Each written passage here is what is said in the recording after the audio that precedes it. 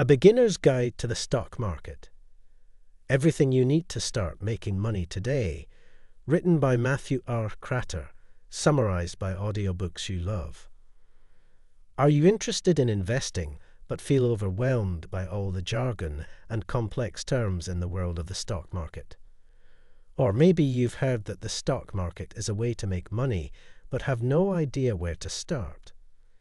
If you've ever wondered how to take your first steps toward building wealth through stocks, then A Beginner's Guide to the Stock Market by Matthew R. Kratter is the perfect starting point. Kratter's book offers a clear, straightforward approach to the stock market. Whether you're a complete novice or someone who's dabbled in investing but is looking for more structure, Kratter's easy-to-understand style and practical advice can help you become a confident investor. He breaks down complex concepts into digestible pieces and explains the fundamentals in a way that anyone can grasp.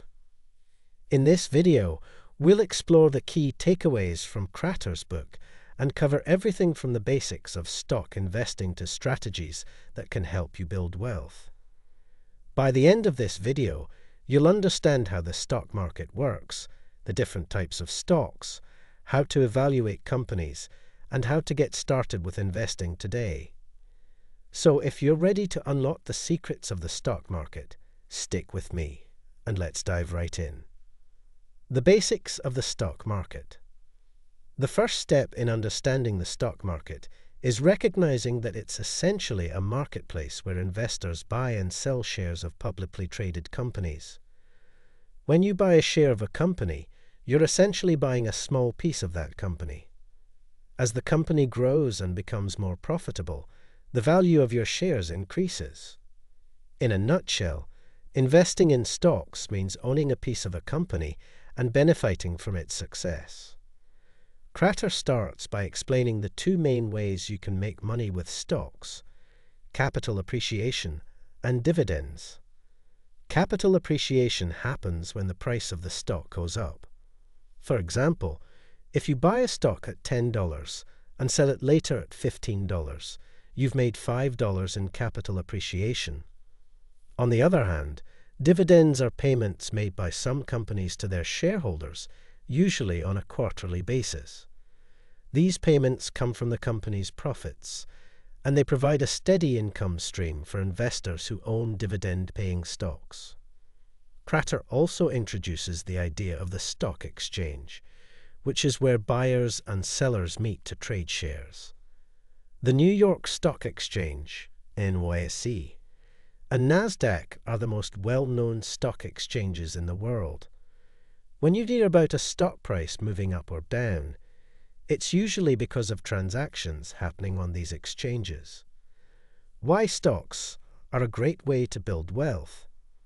One of the key reasons Kratter advocates for investing in stocks is that they have historically provided some of the highest returns over time compared to other forms of investment, like bonds or savings accounts.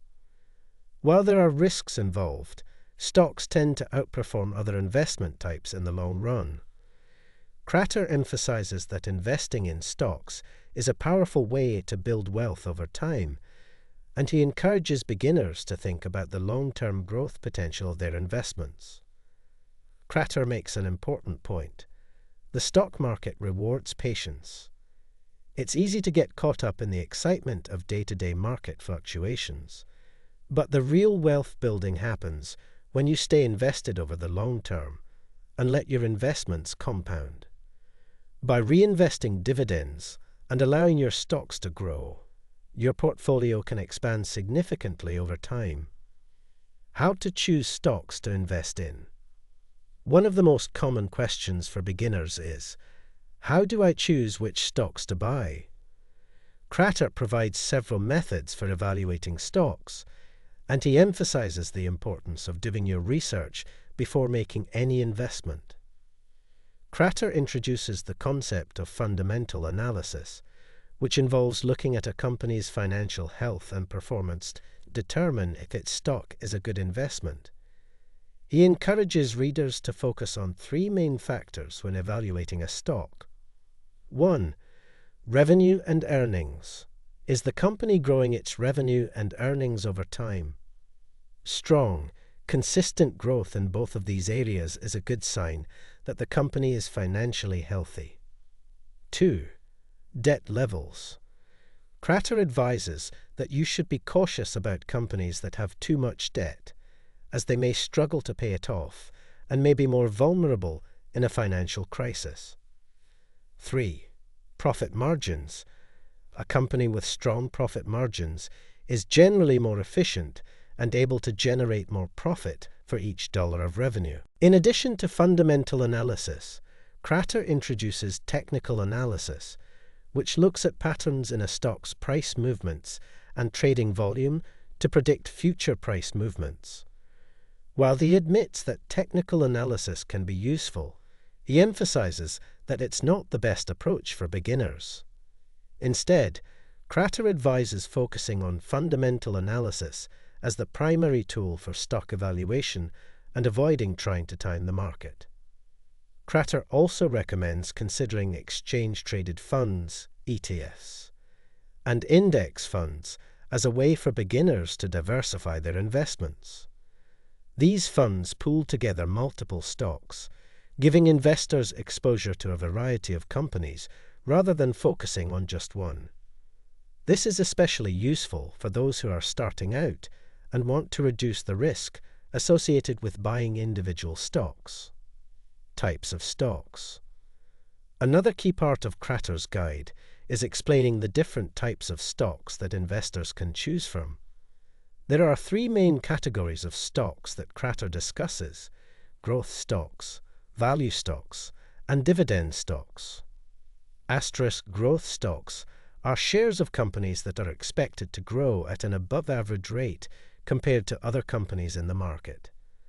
These companies often reinvest their profits into the business to fuel further growth, so they typically don't pay dividends. Growth stocks can offer high returns, but they can also be more volatile, which means they come with higher risk. Asterisk value stocks are stocks that are selling at a price lower than their intrinsic value.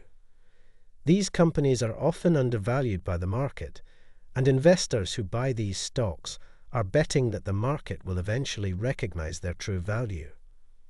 Value stocks are generally considered to be safer than growth stocks, but tend to offer more modest returns.